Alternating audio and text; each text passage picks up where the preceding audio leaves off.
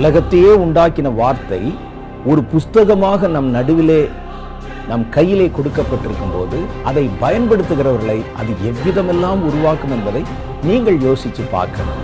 அதுதான் வேத வசனத்தினுடைய ஆச்சரியமான மகத்துவம்.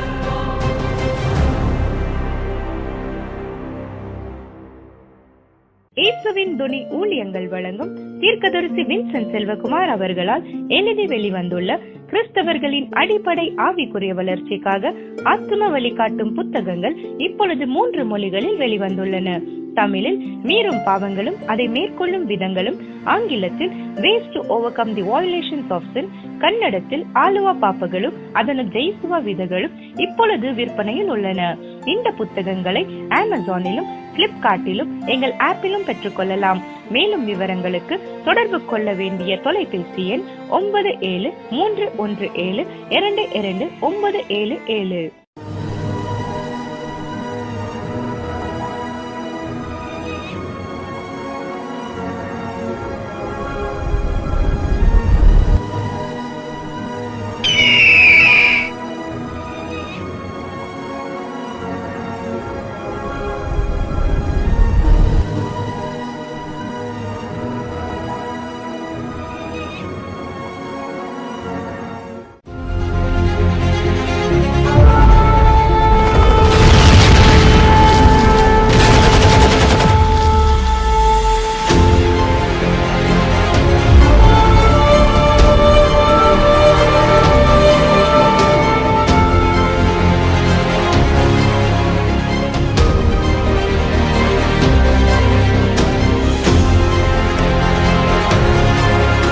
கர்த்தருடைய நியாயத்திற்குள் இருக்குல்ல, அது என்னென்ன வரிசையிலே நடக்கிறது, அதுக்கு பிறகு வருகிற ஒவ்வொரு எக்காலத்திலும் வருகிற பயங்கரங்கள் எல்லாம் தேவனால் வரவிடப்படுகிற பயங்கரங்கள், பூமியில நடக்கிற பயங்கரங்கள் தான் பட்டியல் போட்டு காட்டப்படுகிறது.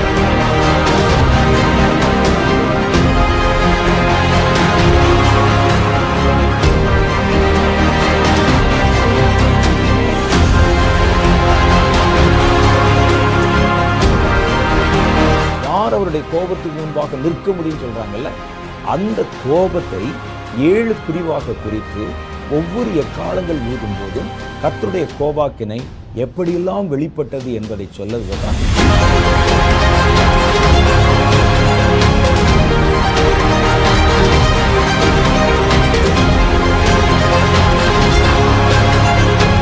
காலங்களுடைய ரகசியம் மிக பெரியது. அதை இனி வருகிற ஒவ்வொரு நிகழ்ச்சிகளிலும் கொஞ்சம் கொஞ்சமா நம்ம ஆழமா பார்க்கணும்.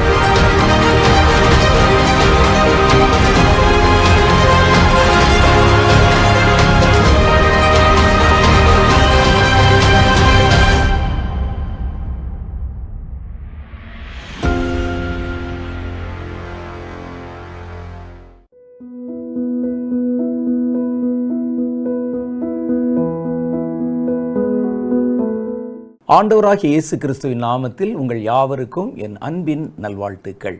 சென்ற முறை நாம் சந்தித்து கொண்ட போது பாதாளத்திலிருந்து ஏறி வருகிற வெட்டுக்கிளிகள், அந்த வெட்டுக்கிளிகளுடைய உருவம் எப்படி இருக்கும் அப்படிங்கிறதை பற்றி நிறைய விவரங்கள் சொல்லப்பட்டிருக்கிறது. இது சாதாரணமாய் நம்ம பார்க்கிற வெட்டுக்கிளிகளுக்கும் இந்த வெட்டுக்கிளிகளுக்கும் நிறைய வித்தியாசம் இருக்கிறது. ஏனென்றால் இது வெட்டுக்கிளி என்று சொல்லப்பட்டாலும் மாம்ச பிரகாரமாக உலகத்தில் இருக்கிற வெட்டுக்கிளி போன்றது அல்ல. இது வித்தியாசமானது. காரணம், இது பாதாளத்திலிருந்து ஏறி வரும் ஆவிகள். பல 1000 வருடங்களாக பாதாளத்துக்குள்ளே கட்டப்பட்டு பாதாளத்துக்குள்ளே வாசம் செய்த ஒரு பொல்லாத ஆவி. அது ஒரு பெரும் திரள் கூட்டமாக இருக்கிறது.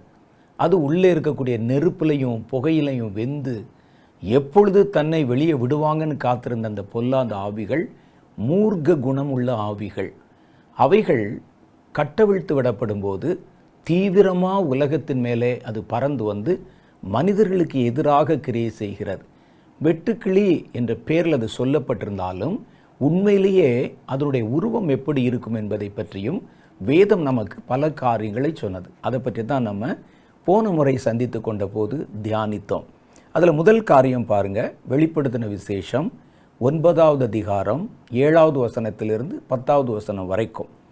அந்த வெட்டுக்கிளிகளின் உருவம் யுத்தத்திற்கு ஆயத்தம் பண்ணப்பட்ட குதிரைகளுக்கு ஒப்பாயிருந்தது. அவைகளுடைய சிரசின் மேலே, தலையின் மேலே பொன்மயமான கிரீடம் போன்றவைகள் இருந்தன. அவைகளின் முகங்கள் மனுஷருடைய முகங்களைப் போல் இருந்தன. அவைகளுடைய கூந்தல் ஸ்திரீகளுடைய கூந்தல் போல் இருந்தது. அவைகளுடைய பற்கள் சிங்கங்களின் பற்கள் போல் இருந்தன. இரும்பு கவசங்களைப் போல மார்க்கவசங்கள் அவைகளுக்கு இருந்தன. அவைகளுடைய சிறகுகளின் இரைச்சல் யுத்தத்திற்கு ஓடுகிற அநேகம் குதிரைகள் பூண்ட இரதங்களின் இரைச்சலுக்கு ஒப்பாயிருந்தன. அவைகள் தேள்களின் வாள்களுக்கு ஒப்பான வாள்களையும் அந்த வாள்களிலே கொடுக்குகளையும் உடையதாக இருந்தது. அவைகள் 5 மாதம் அளவும் மனுஷரை சேதப்படுத்துவதற்கு அதிகாரம் உடையவைகளாக இருந்தன. அப்போ இதனுடைய உருவம் என்ன அப்படின்னு சொல்கிறாங்க. இது வெட்டுக்கிளி மாதிரி இல்லை. வெட்டுக்கிளி நம்ம பார்த்துருக்கிற வெட்டுக்கிளி வேறு மாதிரி இருக்கும்.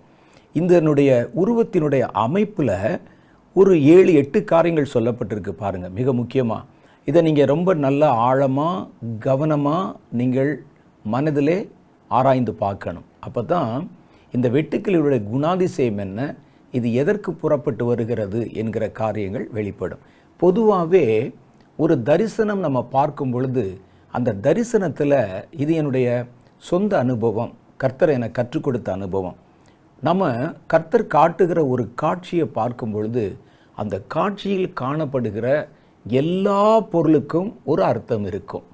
ஒரு நிறத்துக்கு கூட ஒரு அர்த்தம் இருக்கும். அதனால்தான் ஒரு தரிசனத்தை பார்க்கும்போது அதில் காட்டப்படுகிற டீட்டெயில்ஸ் ரொம்ப முக்கியம். தரிசனத்தில் இருக்கக்கூடிய விஷயம் கண்டென்ட் மாத்திரம் நம்ம சொல்லாமல், அதனால தான் அதனுடைய பல டீட்டெயில்ஸை நமக்கு சொல்லியிருக்கிறாங்க. நல்ல அனுபவம் உள்ள கர்த்தருடைய தீர்க்கதரிசிகள் எழுதின புஸ்தகங்களை நீங்கள் வாசித்து பார்த்தா, ஒரு எசேக்கியேல் மாதிரி, ஒரு ஏசாயா மாதிரி, ஒரு எரேமியா மாதிரி, அவர்கள் தனக்கு காட்டப்படுகிற காட்சியினுடைய விவரங்களையும் அது எப்படி இருந்தது என்கிற பல டீட்டெயில்ஸையும் நமக்கு சரியாக வெளிப்படுத்தி சொல்லியிருப்பாங்க. ஏனென்றால் அதில் ஒவ்வொன்றுக்கும் ஒவ்வொரு அர்த்தம் இருக்கிறது. கர்த்தர் அந்த அர்த்தங்களை நமக்கு வெளிப்படுத்தணும். அதனால தான் பாருங்க, அவர் பொதுவாக வெட்டுக்கிளி என்ற வார்த்தையை மாத்திரம் பயன்படுத்தாமல் அந்த வெட்டுக்கிளி எப்படி இருந்தது என்ற அவருடைய முகத்தோற்றம், அவருடைய குணாதிசயம், அதில் வேறு என்னென்னலாம் இருந்தது என்கிற பல காரியங்களை வெளிப்படுத்தி சொல்கிறாங்க. ஒரு தரிசனத்தை நீங்கள் பார்க்கும்போது அதில் காட்டப்படுகிற ஒவ்வொரு சின்ன சின்ன நுணுக்கங்களையும் கவனித்து பார்க்கணும். அப்படி கவனித்து பார்த்தீங்கன்னா ஒவ்வொன்றுக்கும் ஒரு அர்த்தம் இருக்கும். அதனால்தான் எரேமியாவை கர்த்தர் அழைத்த போது அவர் எதை காண்கிறாய் என்று கேட்டார். நம்ம என்ன சொல்லியிருப்போம்? ஒரு மரக்கிளையை காண்கிறேன் என்று நம்ம சொல்லியிருப்போம். ஆனால் எரேமியா சொல்லும்போது ஒரு வாதுமை மரக்கிளையை காண்கிறேன் என்கிறார். ஏன்னா சாதாரண மரக்கிளைக்கும் வாதுமை மரக்கிளைக்கும் அர்த்தங்களிலே வித்தியாசம் இருக்கும். அதனால தான் கர்த்தர் தான் காட்டுகிறதை எரேமியா சரியாய் விளங்கி கொள்ளுகிறானா என்பதை பார்க்கத்தான் அவரை பல தடவை சோதித்து பார்க்கிறார். எசேக்கியேல் எழுதின பல காரியங்களை நீங்கள் பார்த்தீங்கன்னா கூட அவர் ஒவ்வொரு காரியத்தையும் விளக்கமாக விவரமாக சொல்லுவார். நான் பரலோகத்துக்குள்ளே எடுத்துக்கொள்ளப்பட்டேன், அங்கே காணப்பட்ட காரியங்கள் எப்படி இருந்தது, அங்கே நான் காணப்பட்ட ஜீவன்கள் ஒவ்வொன்றும் எப்படி இருந்தது, அதனுடைய நிறம் என்ன என்பது முதல் கொண்டு ஏன் ரொம்ப டீட்டெயிலாக சொல்கிறாங்கன்னா அதில் சொல்லப்பட்டிருக்கிற ஒவ்வொன்றுக்கும் அர்த்தம் இருக்கும். அதனால்தான் ஒரு வெட்டுக்கிளி வந்தது, அந்த வெட்டுக்கிளி பறந்தது, அது மனிதர்களை வேதனைப்படுத்தினது 5 மாதம் அப்படின்னு மாத்திரம் சொல்லாமல் அந்த வெட்டுக்கிளிகளுடைய உருவம் என்னது என்பதை பற்றி நமக்கு சொல்கிறாங்க. அதே மாதிரி தான் நீங்கள் வேதத்தை படித்து பார்க்கும் பொழுது டீட்டெயில்ஸோடு வாசித்து பார்க்கணும். ஒரு சின்ன காரியம் உங்களுக்கு ஒரு டிப்ஸ் மாதிரி நான் சொல்கிறேன்.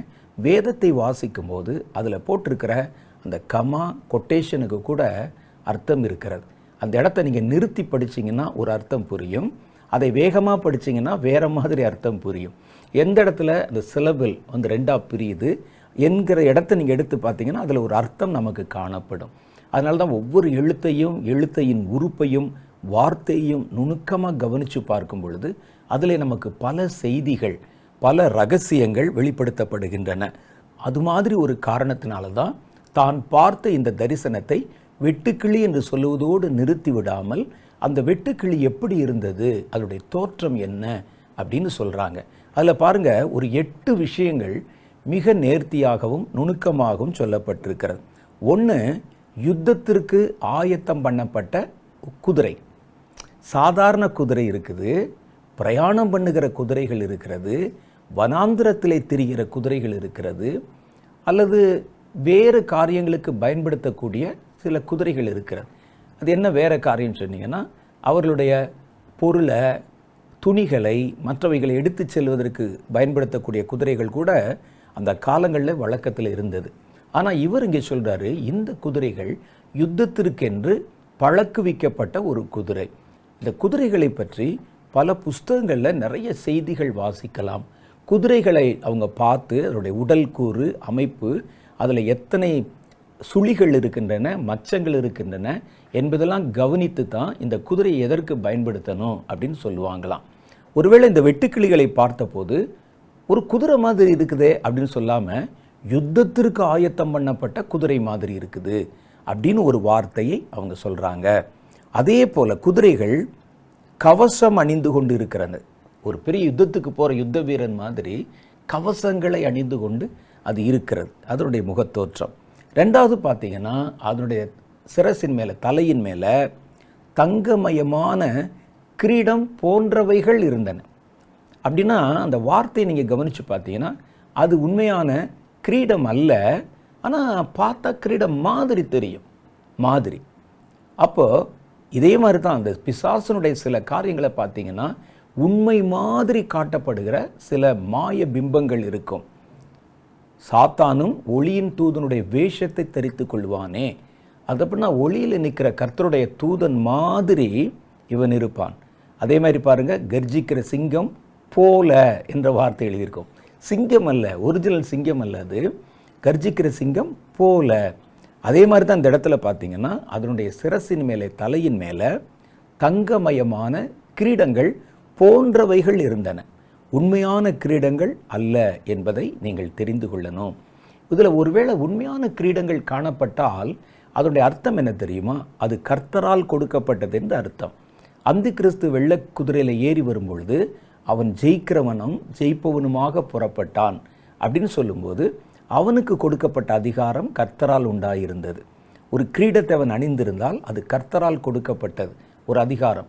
இதில் பார்த்தீங்கன்னா, இந்த அதிகாரம் உண்மையான கிரீடங்கள் அல்ல, கிரீடம் போல இருக்குதுன்னு சொன்னால், இதற்கு உண்மையான அதிகாரமோ வல்லமையோ பெரிய பவரோ கிடையாது. ஆனால் அது இருக்கிற மாதிரி தன்னை அது வெளிப்படுத்தி கொள்ளுகிறது. ஆகவே தான் அதை கிரீடங்கள் என்று சொல்லாமல் கிரீடங்கள் போன்றவைகள் இருந்தன என்று சொல்லி எழுதப்பட்டிருக்கிறது. அடுத்து பாருங்க, வெட்டுக்களுடைய முகம் நமக்கு தெரியும். ஆனால் இந்த வெட்டுக்கிளியின் முகம் மனுஷருடைய முகத்தை போல் இருந்தது. 2 கண்ணு, ஒரு மூக்கு, வாய், நல்ல பக்கத்தில் பார்த்தீங்கன்னா ஒரு மனுஷன் மாதிரியே இருக்குவான். மனிதரை போன்ற ஒரு முகம். ரெண்டாவது பார்த்தீங்கன்னா, ஸ்திரீகளைப் போல, ஒரு பெண்களைப் போல நீண்ட கூந்தல். அந்த கூந்தல் கூட கட்டப்பட்டதா இல்லாமல் காற்றுல பறக்கிறதாக காணப்படுகிறது. அடுத்த காரியம் பாருங்க, சிங்கத்துக்கு பல்லு எப்படி இருக்குமோ அதை போல சிங்கத்தின் பற்களை போன்ற பற்கள் அதற்கு இருந்தன. சிங்கம் மாத்திரம் இல்லை, இது மாதிரி மாம்சத்தை உண்கிற பிராணிகள், அவைகளுடைய பற்களை பார்த்தீங்கன்னா 2 பற்கள் முன்னால் இருக்கும். சாதாரண பிராணிகள், ஆடு மாடுகள், யானை போன்றவைகளை பார்த்தீங்கன்னா அதனுடைய பல் அமைப்பு வேறு மாதிரி இருக்கும். சிங்கத்தின் பல்லு ஒரு மாம்சத்தை கிழிக்கிற மாதிரி 2 பற்கள் முன்னால் இருக்கும், அப்படி கொக்கி மாதிரி இருக்கும். வாயை திறக்கும்போது பயங்கரமாக இருக்கும். அவைகள் அதனால தான் மாம்சத்தை பிடித்து கவ்வி கொக்கி போட்டு இழுத்த மாதிரி இழுத்துரும். சிங்கத்தின் பல்லில் ஒரு தடவை சிக்கிட்டா நம்ம அந்த இடத்துலேருந்து வெளியே வர முடியாது, அது உள்ளே போட்டு அப்படி இழுத்துரும். அதனால் அப்படிப்பட்ட பற்கள் அவைகளுக்கு இருந்தன. இரும்பு கவசங்கள் போன்ற மார்க்கவசங்கள் இருந்தன. அப்போ இரும்பு கவசம் மாதிரி இருக்குது, அது மார்பில் மார்க்கவசம் அணிந்திருக்கிறது. மார்க்கவசம் என்பது யுத்தத்தில் பயன்படுத்தக்கூடியது. எதிராளி தன்னை தாக்குவான், தாக்கினால் நம்ம பாதிக்கப்படக்கூடாது என்பதற்காக, எப்படி நம்ம பிரயாணம் பண்ண போகிறவங்க தலையில் ஹெல்மெட் போட்டு போகிறாங்களோ, பிரயாணத்தில் தங்களுக்கு எந்த ஆபத்து வந்தாலும் மேலே அவருடைய தலை பாதிக்கப்படக்கூடாது என்பதற்காக, அதே மாதிரி யுத்தத்தில் போகிறவங்க தன்னுடைய மார்பு பகுதியை தான் ரொம்ப அதிகமாய் பாதுகாத்து கொள்வாங்க. காரணம் என்னன்னு கேட்டிங்கன்னா, அதே மாதிரி ஹெல்மெட்டும் போட்டிருப்பாங்க. அதை ஹெல்மெட்டும் போட்டு தான் அவங்க போவாங்க. தலைச்சீரா என்று அதற்கு வேதத்தில் சொல்லப்பட்டிருக்கிறது. காரணம் கேட்டிங்கன்னா, அங்கே யுத்தத்தில் அட்டாக் பண்ணுறவங்க மார்பை குறிவைத்து தான் பெரும்பாலும் அவங்க அட்டாக் பண்ணுவாங்க. பக்கத்தில் நின்று தாக்குறவங்க கழுத்தில் வெட்டுவாங்க அல்லது நம்முடைய சிரசை சேதம் பண்ணுவாங்க. ஆனால் தூரத்திலிருந்து அம்பு எய்கிறான், ஈட்டி எய்கிறான் போன்ற காரியங்கள் வந்தால் மார்பை குறிவைத்து தான் அவர்கள் எய்வார்கள். அதனால் மார்க்கவசங்கள் அணிந்திருந்தன. அப்படி இதை மாதிரி வச்சு பார்த்தா இந்த ஆவிகளை எதிர்க்கவும் அதை அட்டாக் பண்ணவும் யாரோ ஆள் இருக்கிறார்கள் என்று நினைத்து கொண்டு தான் இது பாதாளத்திலிருந்து ஏறி வருவதாக நமக்கு தெரிகிறது. ஒருவேளை இது யுத்தத்துக்கு வராமல் சும்மா வரக்கூடிய ஆவிகளாக இருந்தால் இத்தனை பாதுகாப்புகளோடு வர வேண்டிய அவசியம் இல்லை. அவைகளுக்கு நிச்சயமாக ஒரு ராஜன் இருக்குது.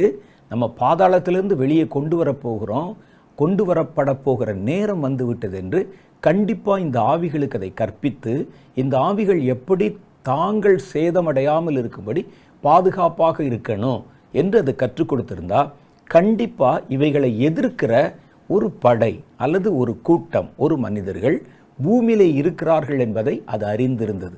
ஆமாம், நிச்சயமாக கடைசி நாட்களில் இருக்கக்கூடிய யுத்த வீரர்கள், யுத்த அபிஷேகம் பண்ணப்பட்டவர்கள், அவங்க காத்திருக்கிறாங்க. மாம்சத்தோடும் அல்ல, இரத்தத்தோடும் அல்ல, அதிகாரத்தோடும் துரைத்தனங்களோடும் அந்தகார லோகாதிபதிகளின் ஆவிகளோடும் வானமண்டலத்தின் பொல்லாத ஆவிகளின் சேனைகளோடும் நமக்கு யுத்தம் உண்டு அப்படின்னு அவங்க சர்வ ஆயுதங்களோட காத்திருக்கிற ஒரு கூட்டம் பூமியில் இருக்குது. அதனால தான் இது என்ன செய்யுதுன்னா, இத்தனை பாதுகாப்புகளோட மனிதர்கள் மேலே ஒரு யுத்தம் செய்வது மாதிரி இது புறப்பட்டு வருகிறது. இல்லாவிட்டால் சாதாரணமாக ஒரு வெட்டுக்கிளிகள் மாதிரி வந்தால் இத்தனை காரியங்களை அணிந்து கொண்டு வர வேண்டிய அவசியம் இல்லை. வெட்டுக்கிளிகள் மற்ற மிருகங்கள் எல்லாமே ஆயுதங்களை உபயோகப்படுத்துவதல்ல. ஆனால் இவைகளை நீங்கள் எடுத்து பார்த்தீங்கன்னா தங்களை பாதுகாத்து கொள்வதற்கு ஆயுதங்களை வச்சிருக்கிறது. அப்போ இதில் நம்ம பார்க்கும்போது அட்டாக் பண்ணுறதுக்கு வச்சுருக்கிற ஆயுதங்களை கூட அதிகமாக சொல்லப்படாமல் பாதுகாக்கிற ஆயுதங்கள் தான் நிறையா சொல்லப்பட்டிருக்கிறது. அவைகளுக்கு மார்பில் கவசம், தலைகளில் கவசம், இரும்பு குதிரைகளைப் போல கவசம் என்று சொல்லி கவசங்களை பற்றி தான் நிறையா சொல்லி இருக்குது. அடுத்து பாருங்கள், அடுத்து 7வது காரியம், சப்தம் நிறைந்த சிறகுகள். அந்த சிறகு அடிக்கும்போது பார்த்தீங்கன்னா படபடபடன் சத்தம் கேட்குது.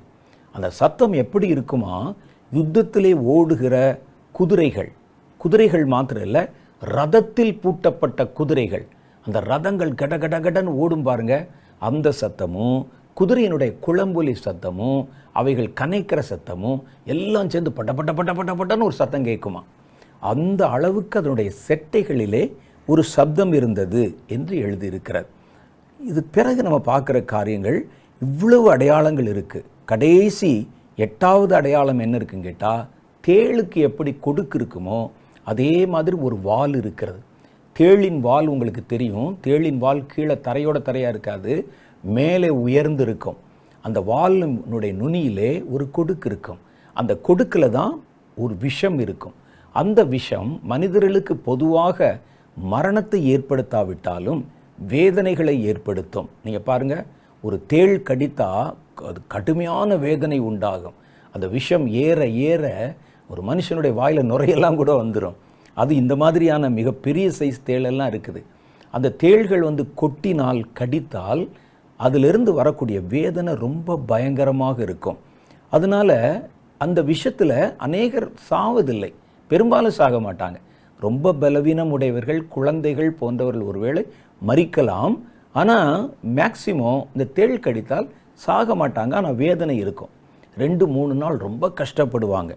அதுபோல் இந்த 8 அடையாளங்கள் இந்த வெட்டுக்கிளிகளுக்கு இருந்தது. அப்படி இருந்தும் இவைகளுடைய வாள்களில் இவைகளுக்கு இவ்வளவு காரியம் இருந்தும் வால் இருக்கக்கூடிய கொடுக்க மாத்திரம்தான் பயன்படுத்த அனுமதிக்கப்பட்டிருந்தன. அது மாத்திரம் இல்லை, இவைகள் யாரையும் கொல்லக்கூடாது, மனுஷனை கொல்லக்கூடாது, நிறைய கட்டுப்பாடு. அதை பற்றிலாம் நம்ம போன செய்தியிலேயே நல்ல விளக்கமாக நம்ம பார்த்துருக்கிறோம். இதனுடைய கால அளவு 5 மாதம் மாத்திரம்தான். இன்றைக்கி நம்ம பார்க்க போகிறது வெளிப்படுத்தின விசேஷம் 9வது அதிகாரம் 11-12 ஆகிய வசனங்கள். இதில் இந்த வெட்டுக்கிளிகளுக்கு ஒரு ராஜன் உண்டு. வெட்டுக்கிளிகளை வழிநடத்தி போகிறதுக்கு ஒரு ராஜா மாதிரி ஒன்று இருக்குது, ஒரு ராஜன் உண்டு. அந்த ராஜன் யார் அப்படின்னு கேட்டால், அவன் பாதாளத்தின் தூதன். அந்த வசனத்தை பாருங்க, படிக்கிறேன். அவைகளுக்கு ஒரு ராஜன் உண்டு, ராஜா உண்டு. அவன் பாதாளத்தின் தூதன். எபிரேய பாஷையிலே அபத்தோன் என்றும் கிரேக்க பாஷையிலே அப்பலியோன் என்றும் அவனுக்கு பேரு. யோவான் தன்னுடைய புஸ்தகத்தில் பல இடத்துல பார்த்தீங்கன்னா இந்த மாதிரி ரெண்டு பேர் சொல்லியிருப்பார். ஏன்னா அந்த நாட்களில் பெருவாரியாக கிரேக்கு பேசினவங்க இருந்தாங்க, எபிரேய மொழி பேசினவங்க இருந்தாங்க. இதில் அவர் என்ன சொல்கிறாருன்னா, அபத்தோன் அப்படின்னு பேர் அதற்கு. அதனுடைய அந்த கிரேக்க பாஷையில் அப்பலியோன் அப்படின்னு அதுக்கு பேர், அந்த பிசாசுக்கு பேர் அப்படின்னு சொல்கிறார். முதலாம் ஆபத்து இவ்விதம் கடந்து போனது. இவைகளுக்கு பின்பு இன்னும் 2 ஆபத்துகள் இதோ வருகிறது என்று 12வது வசனம் சொல்லி முடிக்கிறது. இதில் என்ன ஒரு பெரிய ஆச்சரியம் அப்படின்னு கேட்டிங்கன்னா, வெட்டுக்கிளிகளுக்கு பொதுவாக ராஜாக்கள் இருப்பதில்லை. ராஜாக்கள் அதுக்கு இருக்காது. அதை லீட் பண்ணிட்டு போகிறதுக்கு, முன்னால் பறந்து போகிறதுக்கு, வழி நடத்துவதற்கு ராஜா இருப்பதில்லை. அது எப்படி அவ்வளவு சரியாக சொல்கிறீங்க அப்படின்னு கேட்டால், நீதிமொழிகளின் புஸ்தகம் 30வது அதிகாரம் 27வது வசனத்தில் ராஜா இல்லாதிருந்தும் கூட்டமாக பவுஞ்சாய் புறப்படுகிற வெட்டுக்கிளிகளும் என்று எழுதியிருக்கு. அவர் ஆச்சரியப்படுத்துகிற பல விஷயங்களை பற்றி சொல்லிக்கொண்டே வருகிறார். அதில் அவர் சொல்கிறாரு, வழி நடத்துறதுக்கும் லீட் பண்ணுறதுக்கும், அதுக்கு முன்னால் போய் எந்த பக்கம் போகணும் பாதையை சொல்கிறதுக்கும் யாரும் இல்லாமல் இருந்து தானாய் கூட்டமாக சரியான திசையில் நோக்கி பறக்கிற வெட்டுக்கிளிகள் எனக்கு ஆச்சரியத்தை கொடுத்தன என்று அந்த சாலமன் ராஜா சொல்லுகிறார். அப்போ அது பார்த்தீங்கன்னா, வெட்டுக்கிளிகளுக்கு ராஜா இருப்பதில்லை. இந்த வெட்டுக்கிளிகள் தன் செட்டையிலே அடித்து புறப்பட்டு பறக்கும்போது வெட்டுக்கிளிகளை குறித்து ஆராய்ஞ்சவங்க சொல்கிறாங்க, அவைகள் தங்களுக்குள்ளே ஏதோ ஒரு ஃப்ரீக்குவன்சியில், ஒரு குறிப்பிட்ட அலைவரிசையில் செய்திகளை பரிமாறிக்கொள்ளுமாம். ஒரு கூட்டம் அப்படி கடந்து போச்சுன்னா செய்திகளை பரிமாறிக்கொள்ளுமாம். சில பறவைகள், சில விலங்குகள் அப்படி தான் செய்யும். இந்த வௌவால்களை நீங்கள் பார்த்துருப்பீங்க. வௌவால்களுக்கு கண் கிடையாது. ஆனால் எந்த இடத்துல என்ன தடை இருக்கிறது என்பதை அறிந்து அது தன்னால் விலகி போகிறதை பார்க்குறீங்க. சில மிருக ஜீவன்களுக்கு விசேஷித்த இப்படிப்பட்ட சில குணாதிசயங்கள் இருக்கிறது. வௌவால் எப்படி போகுதுன்னு கேட்டிங்கன்னா, வௌவால் போகும்போது சத்தம் போட்டுக்கொண்டே போகும், கீச்சுன்னு கத்திகிட்டே போகும். ஆனால் அந்த சத்தத்தை உங்கள் காதில் கேட்க முடியாது. அது ஒரு வித்தியாசமான அலைவரிசையில் உண்டாகிற ஒரு சப்தம். நம்ம கேட்கக்கூடிய அளவில் இருக்கிற ஃப்ரீக்குவன்சியை விட அதிகபட்ச உச்சத்தில் இருக்கும். அதனால் நமக்கு அதை கேட்க முடியாது அந்த சத்தத்தை. அந்த சத்தத்தை அனுப்பி அந்த சத்தம் இடையிலே இருக்கக்கூடிய சுவத்திலேயோ பொருள் மேலேயோ பட்டு அதை திரும்பும்போது இந்த இடத்துல இவ்வளவு தூரத்தில் ஒரு தடை இருக்கிறது என்பதை புரிந்து கொண்டு அது அந்த இடத்துலேருந்து விலகி போகும். அதே மாதிரி வானத்தில் பறக்கிற சில பறவைகளை நீங்கள் பார்த்துருப்பீங்க. ஒரே கூட்டமாக பறக்கிறத பார்ப்பீங்க. எப்படி இவைகளெல்லாம் ஒரே திசையில் பறக்குது, ஒரு பக்கம் திரும்பினா எல்லாம் எப்படி ஒரே பக்கம் திரும்புது அப்படின்னு கேட்டால், அவைகளுக்குள்ளே ஒரு குறிப்பிட்ட அலைவரிசையிலே செய்திகளை அவைகள் சொல்லிக் கொள்ளுகின்றன, பரிமாறிக்கொள்ளுகின்றன. வெட்டுக்கிளிகள் அதே மாதிரி தான் செய்யுமா?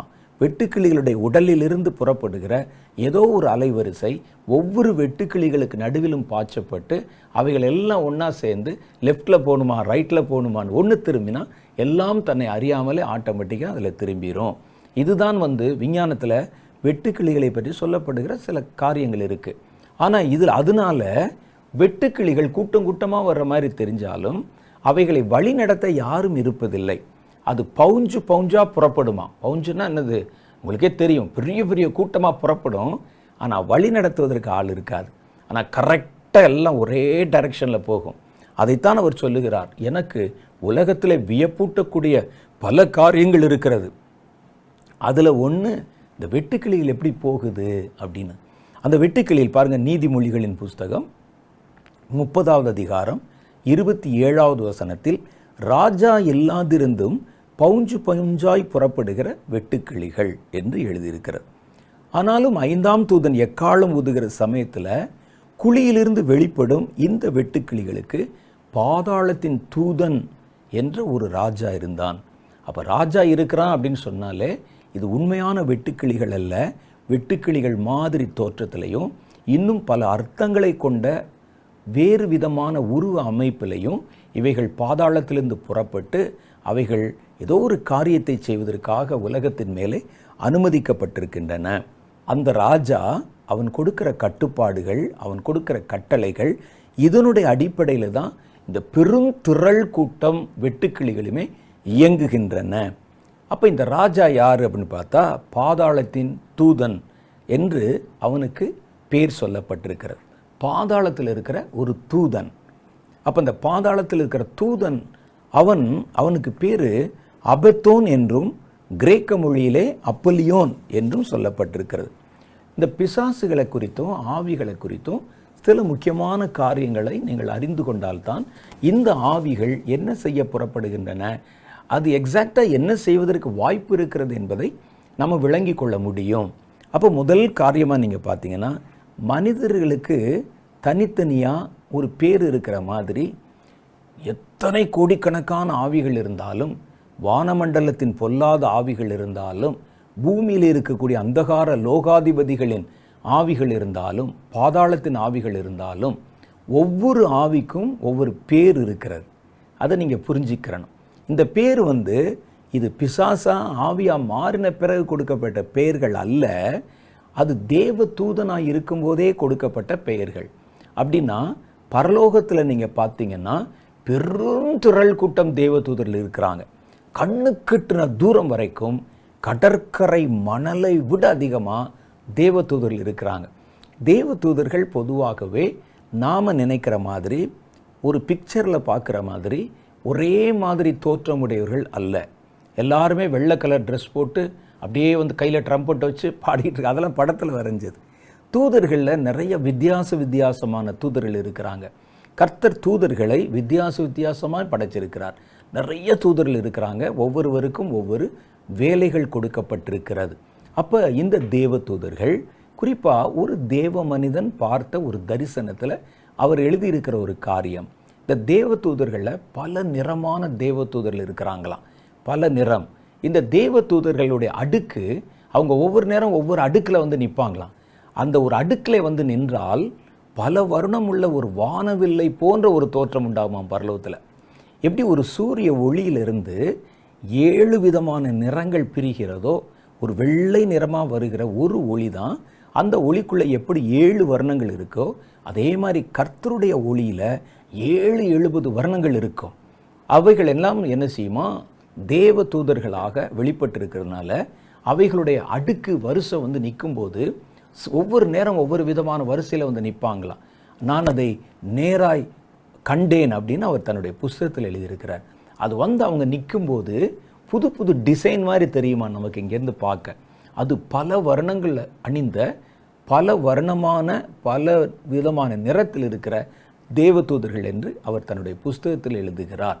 அப்போ நாம கற்பனையில் என்ன நினைக்கிறோன்னா, தேவதூதர்கள் என்றாலே அவங்க வெள்ளை கலர் ட்ரெஸ் போட்டிருப்பாங்க, அது மெல்லிய ட்ரெஸ்ஸாக இருக்கும், அப்படியே காற்றில் பறந்துக்கிட்டு இருக்கும், முடி தங்கமயமாக இருக்கும், அல்லது முடி ஒரு மாதிரி செம்பட்ட கலராக இருக்கும், கையில் ஒரு எக்காலத்தை பிடிச்சிருப்பாங்க. இப்படி தான் நம்ம பொதுவாக நினைப்போம்.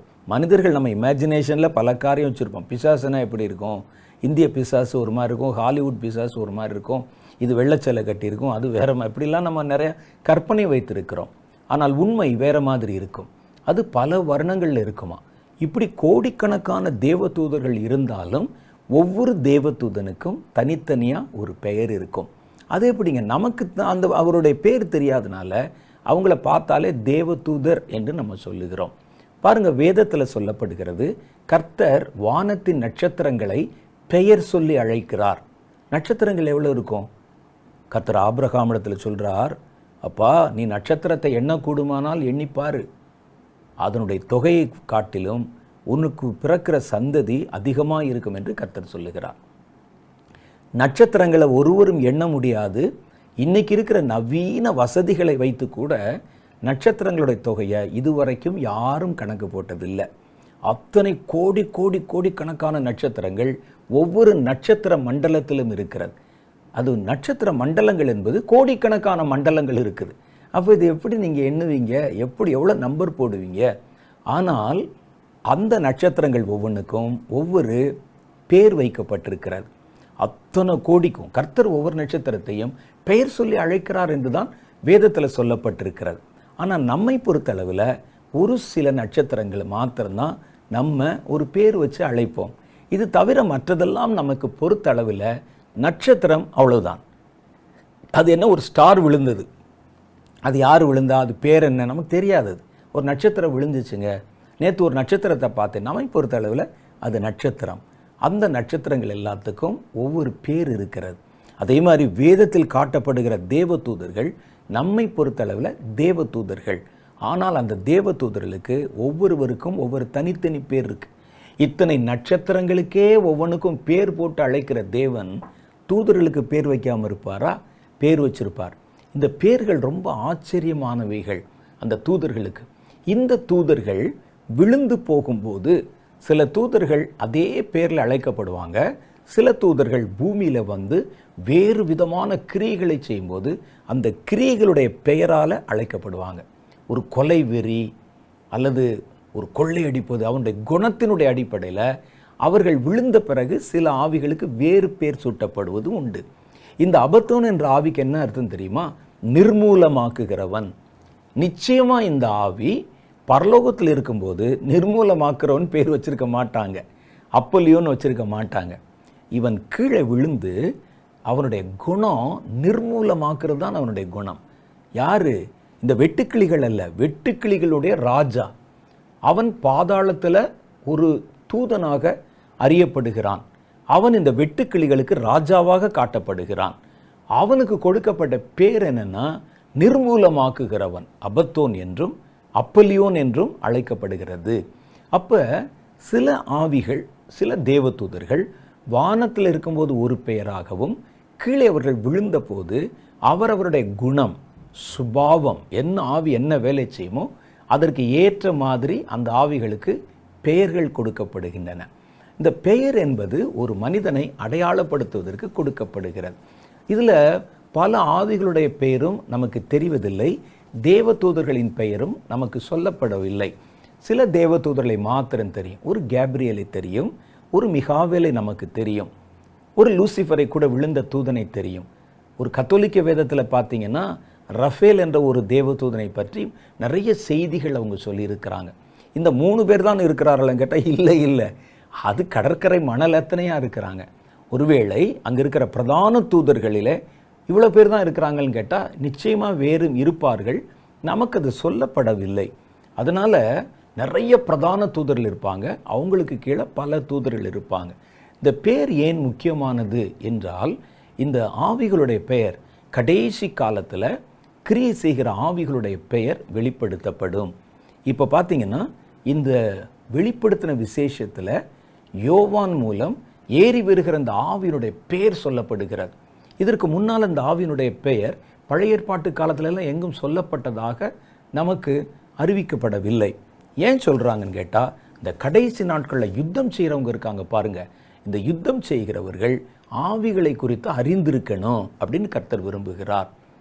எலியா ஆகாபுடைய ரதத்துக்கு முன்னால் போகும்போது ஆகாப் சொல்லுகிறான், என் பகைஞனே என்னை கண்டுபிடித்தாயா என்று கேட்கிறான். முதல்ல நம்ம அதை அறியும் போது, அவருடைய பேரை சொல்லும்போது, நீ யாருன்னு எனக்கு தெரியும், நீ அப்பலியோன் அப்படின்னு சொல்லும்போதே அவனுடைய பாதி பலம் போயிடும்.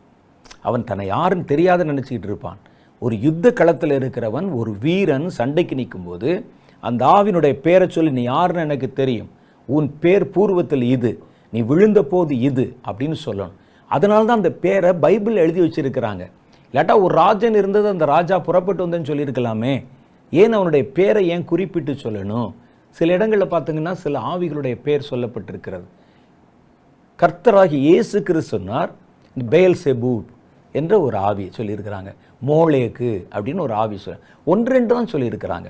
ஆனால் இங்கே பார்த்தீங்கன்னா வெளிப்படுத்தின விசேஷத்தில் ஏறி வருகிற ஆவியினுடைய பெயர் சொல்லப்பட்டது. இனி கடைசி காலத்தில் யுத்த வீரர்கள், கடைசி காலத்தில் ஆவியின் யுத்தத்திற்காக நிற்கிறாங்க பாருங்க, அவர்களுக்கும் அவர்கள் எதிர்க்க போகிற ஆவிகள், அவர்கள் முன்பாக கடந்து வருகிற ஆவிகளை குறித்த விபரங்கள் கூட அவங்களுக்கு சொல்லப்படும். அப்போ தானே சண்டை போட முடியும். அவன் யாருன்னு தெரியாது, என்ன செய்ய போகிறான்னு தெரியாதுன்னு நம்ம எப்படி அவனுக்கு எதிராக யுத்தம் செய்ய முடியும்? அதனால தான் கர்த்தர் இந்த கடைசி காலத்தில் ஆவிகளுடைய பெயரை வெளிப்படுத்த போவதற்கு அடையாளமாக ஏறி வருகிற இந்த பொல்லாத ஆவியினுடைய பெயரை வெளிப்படுத்தி சொல்லி இருக்கிறார். இந்த பேர் சம்பந்தமாக இன்னும் நிறைய விஷயங்கள் இருக்கிறது. இந்த அசுத்த ஆவிகளை குறித்த பல காரியங்கள் இருக்கிறது. இன்னைக்கு நமக்கு சமயமாயிருச்சு.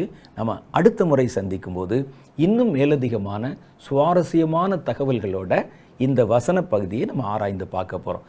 அதுவரை கர்த்தராகிய ஆண்டவர் உங்களை ஆசீர்வதித்து காப்பாராக. ஆமென்.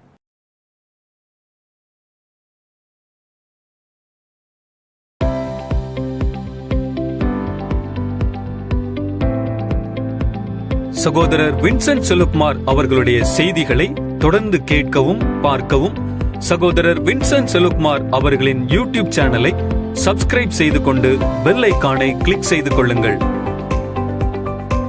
வேதத்தின் காரியங்களை அறிந்து கொள்ளவும், கடைசி கால செய்திகளை பற்றி தெரிந்து கொள்ளவும் மற்றும் ஆவிக்குரிய வாழ்க்கையில் இன்னும் வளரவும் இந்த செய்திகள் உங்களுக்கு மிகவும் பிரயோஜனமாக இருக்கும்.